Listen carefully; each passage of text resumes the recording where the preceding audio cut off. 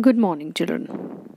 Today we will read third chapter of your textbook Beehive. Honeydew, Glimpses of the Past. Glimpses means partial view. It's not the complete story, but the short stories. See, here are some pictorial glimpses. Pictorial means pictures of the history of our country from 1757 to 1857. 1857 when first war of independence broke out. These pictures and speech bubbles will help clarify your understanding of the condition that led to the event known as the First War of Independence in 1857. Now look at the first one, the martyrs. Who are the martyrs? Martyrs are the people who sacrifice their life for their motherland. In Hindi we call them Shaheed. See, a song is being sung here. Look at the picture 1 and recall the opening lines of the original song in Hindi. "ए मेरे वतन के लोगों." Now here it's given in English. "Oh my countrymen, let your eyes fill with tears. ए मेरे वतन के लोगों, जरा आँख में भर लो पानी." The singer is Lata Mangeshkar here.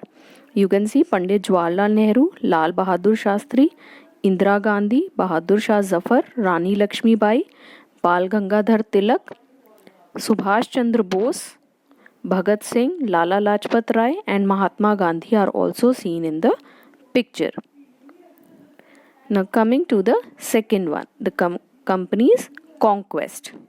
In picture 2, what do you understand by the company's superior weapons? See, with its superior weapons, the British East India Company was extending its power in 18th century.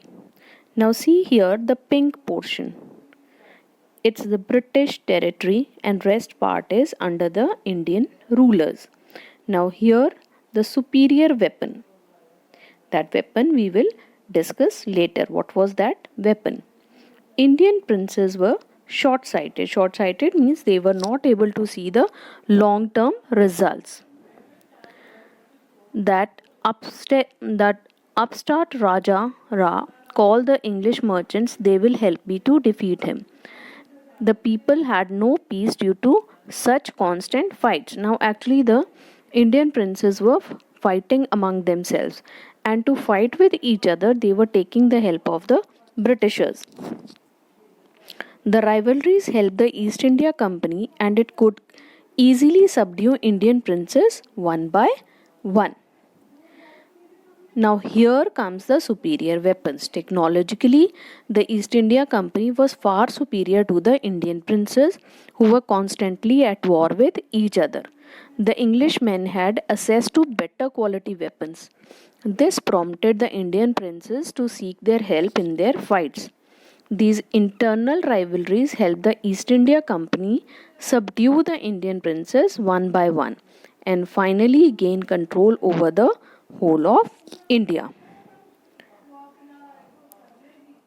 A far-seeing ruler like the brave Tipu of Mysore fought the British till he died fighting, but there were still few rulers who used to fight against them just to save their motherland. Thank God there is peace in the country now. No more wars and no looting by thugs. Our destiny is linked with them. It is God who sent the Britishers. Now when Britishers were helping the Indian princes, people started thinking that it was a blessing for them that the Britishers had come there and now they were living peacefully. They were not able to see the long-term effects of this. How did Indians react to these conquests? The white man has killed or dethroned our kings. Now some of them were praising them, but the other group of people, they understood what actually they were doing. And they got to know that they have killed their king. Some kings were good, but after all, they were all of this land. He said, maybe some of the rulers were not very good, but still they belong to our motherland. Now we have become slaves of foreigners. And then they realized that they had become the slaves of the Britishers.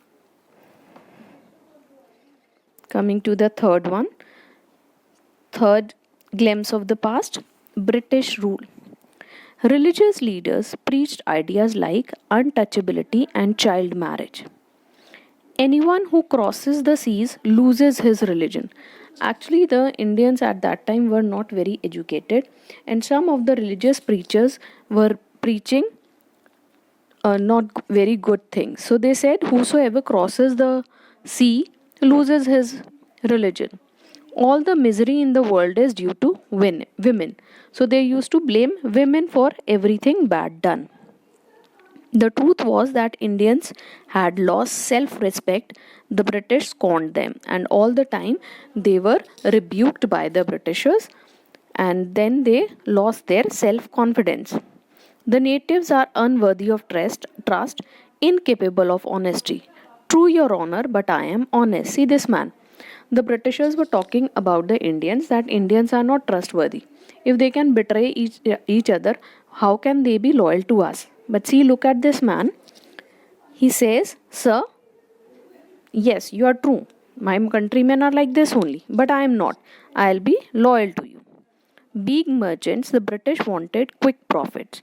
Their heavy taxes forced farmers to abandon their fields.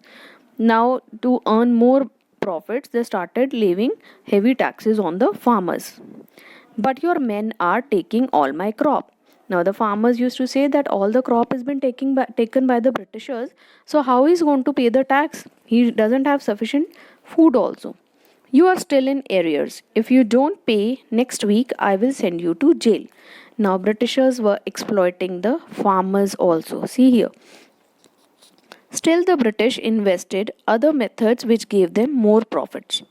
The goods manufactured in England should not have any import duty when brought into India.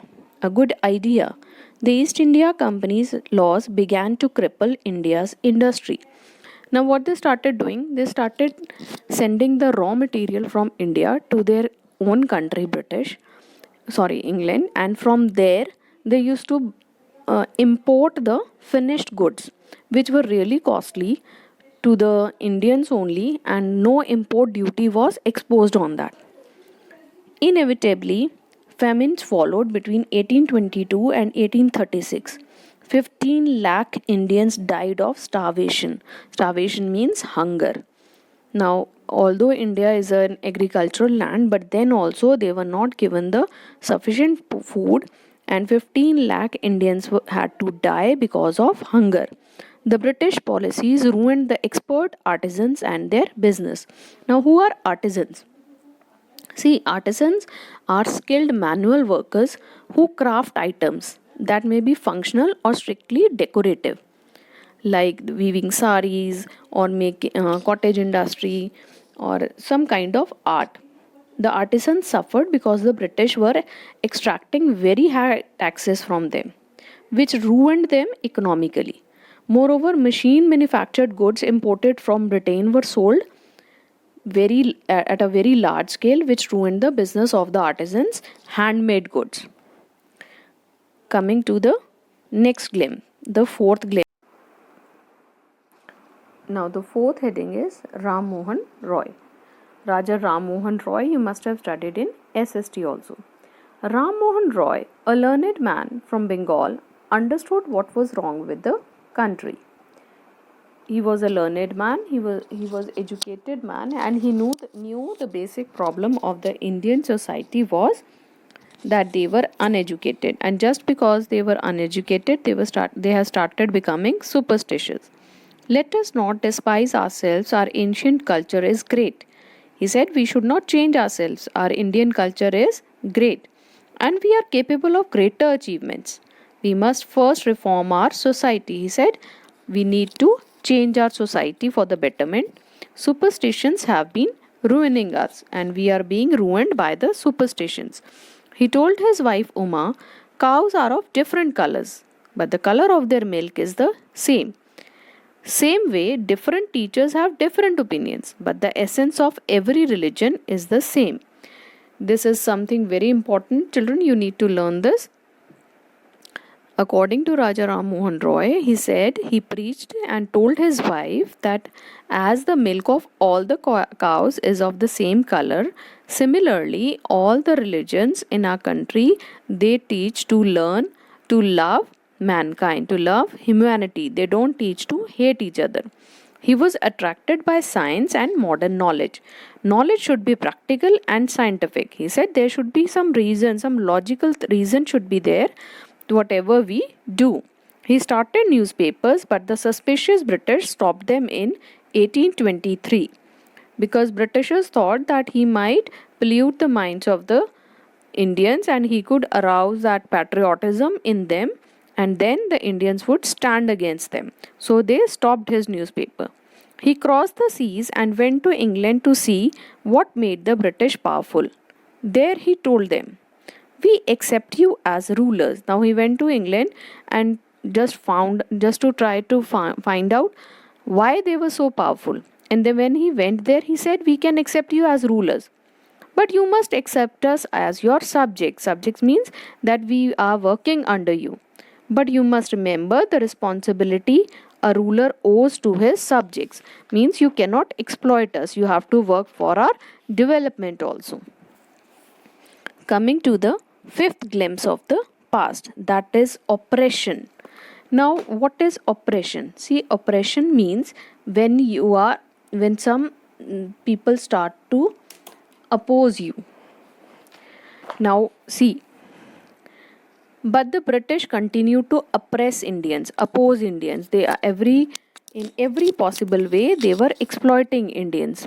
In 1818, they had passed Regulation 3. Under it, an Indian could be jailed without a trial in a court.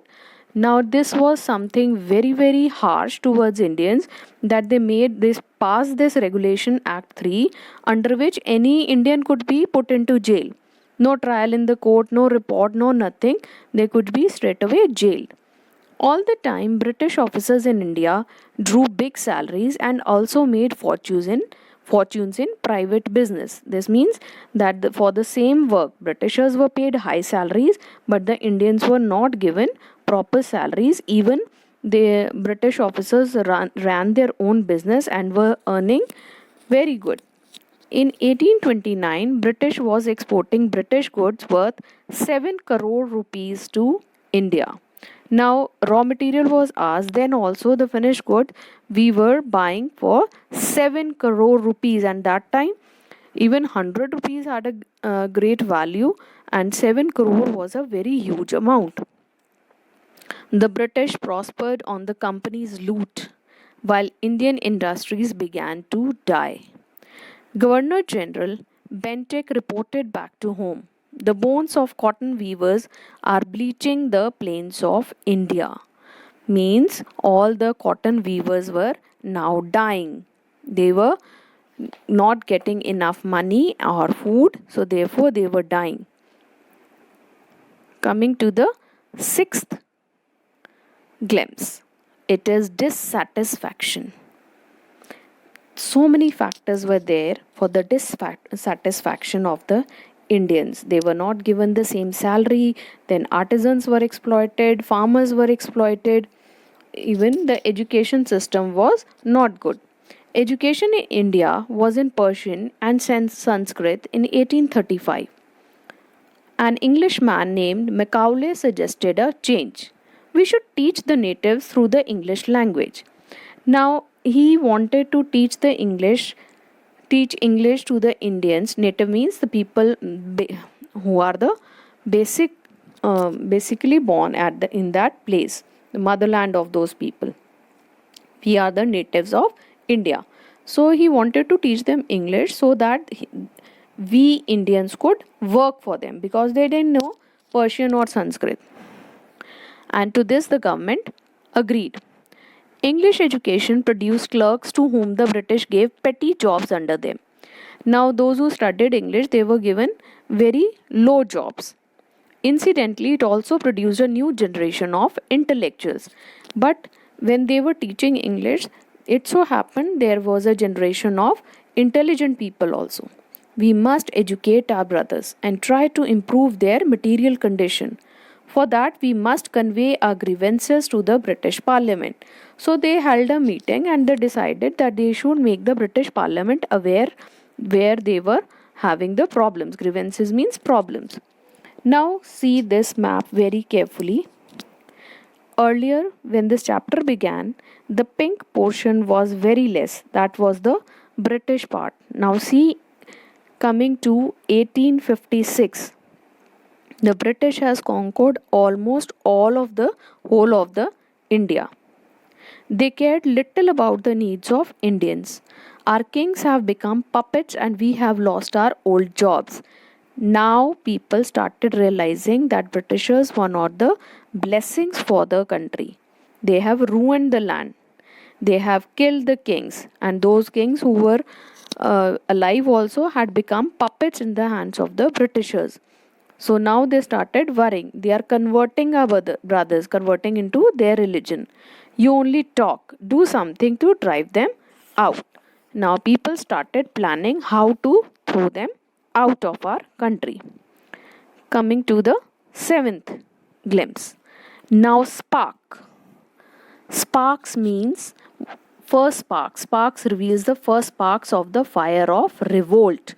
Now came the time when people started revolting against the British government.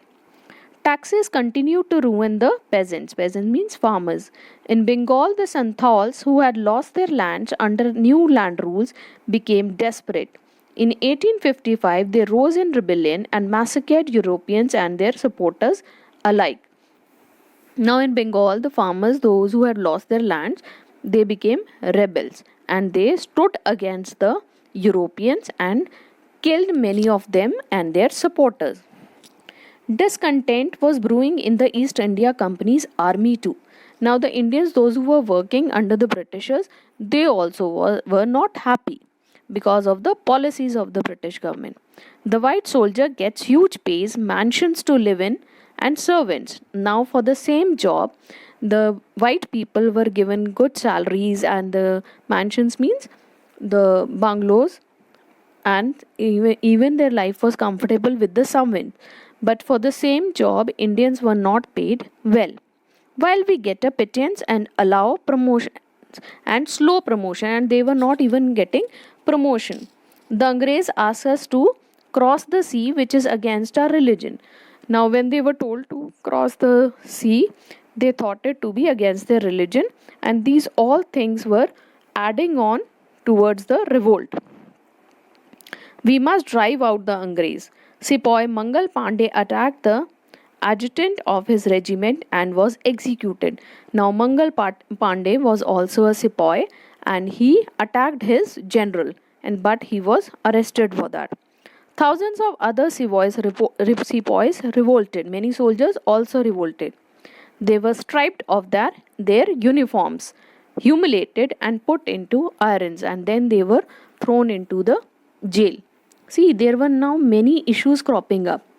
There were many things which were cropping up in the Indian society. Even the Indians, those who were working for the Britishers, they were not satisfied. Therefore, this was adding towards the revolt. Few Englishmen had cared to understand Indian customs or the people's mind. Oh, proud Brahmin soldier, do you know that the grease on the bullet you have to bite is made from the fat of cows and pigs? What? The white man has deceived us too. But few of the Englishmen were good also. They realized that what place Indian culture had in the hearts of the people.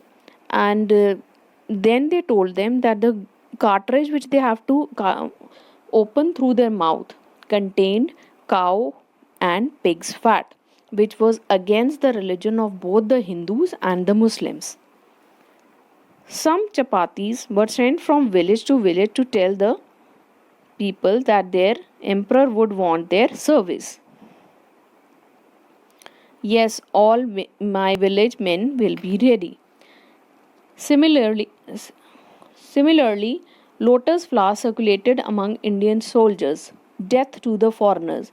The masses gave all help and shelter to the patriots. And now came the time when people have started giving messages to each other through one thing or the other, whether it's a lotus or a chapati, started sending messages to each other that we have to get together against the Britishers and we have to tell them to leave our land.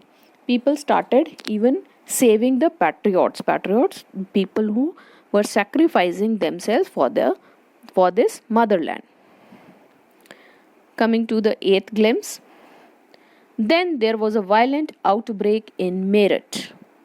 The sepoys marched to Delhi. Now, this was the revolt of 1857. Long live our Emperor Bahadur Shah. The rebellion spread wider. Many landlords had lost their lands because of the British policies and they were sore. Sore means they were also not happy, they were sad. So they also joined in this revolution. The white men's rule must end. Yes, we will help you. And then this revolt of 1857, the first war of Indian independence started. Now the ninth glimpse is for the freedom fight for the freedom.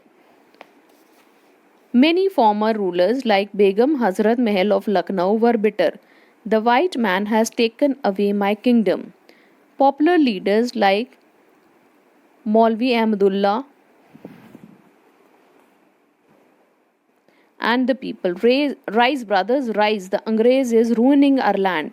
And they started telling the people, they started going to the public meetings and to give that spark of patriotism, started giving that spark of patriotism in the people of this country. They joined the upsurge against the foreigners. The people rose everywhere in Bareilly, Kanpur, and Allahabad. Azimullah Khan told Tatya Tope, we should have Peshwa Nana Sahib as our leader in this war of independence.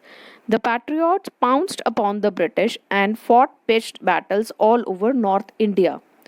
80-year-old Kumar Singh of Bihar received a bullet on his wrist. Mother Ganga, this is my last offering to you. And see, this way, many of our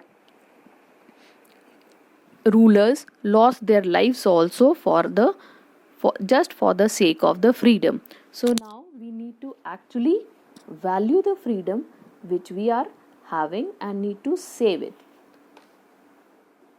Now this was the basic of this chapter, the why the revolt of 1857 occurred. The most important question, what was the reason of the discontentment in the people, how the Britishers were exploiting India. I hope now all these things you must have understood. Thank you.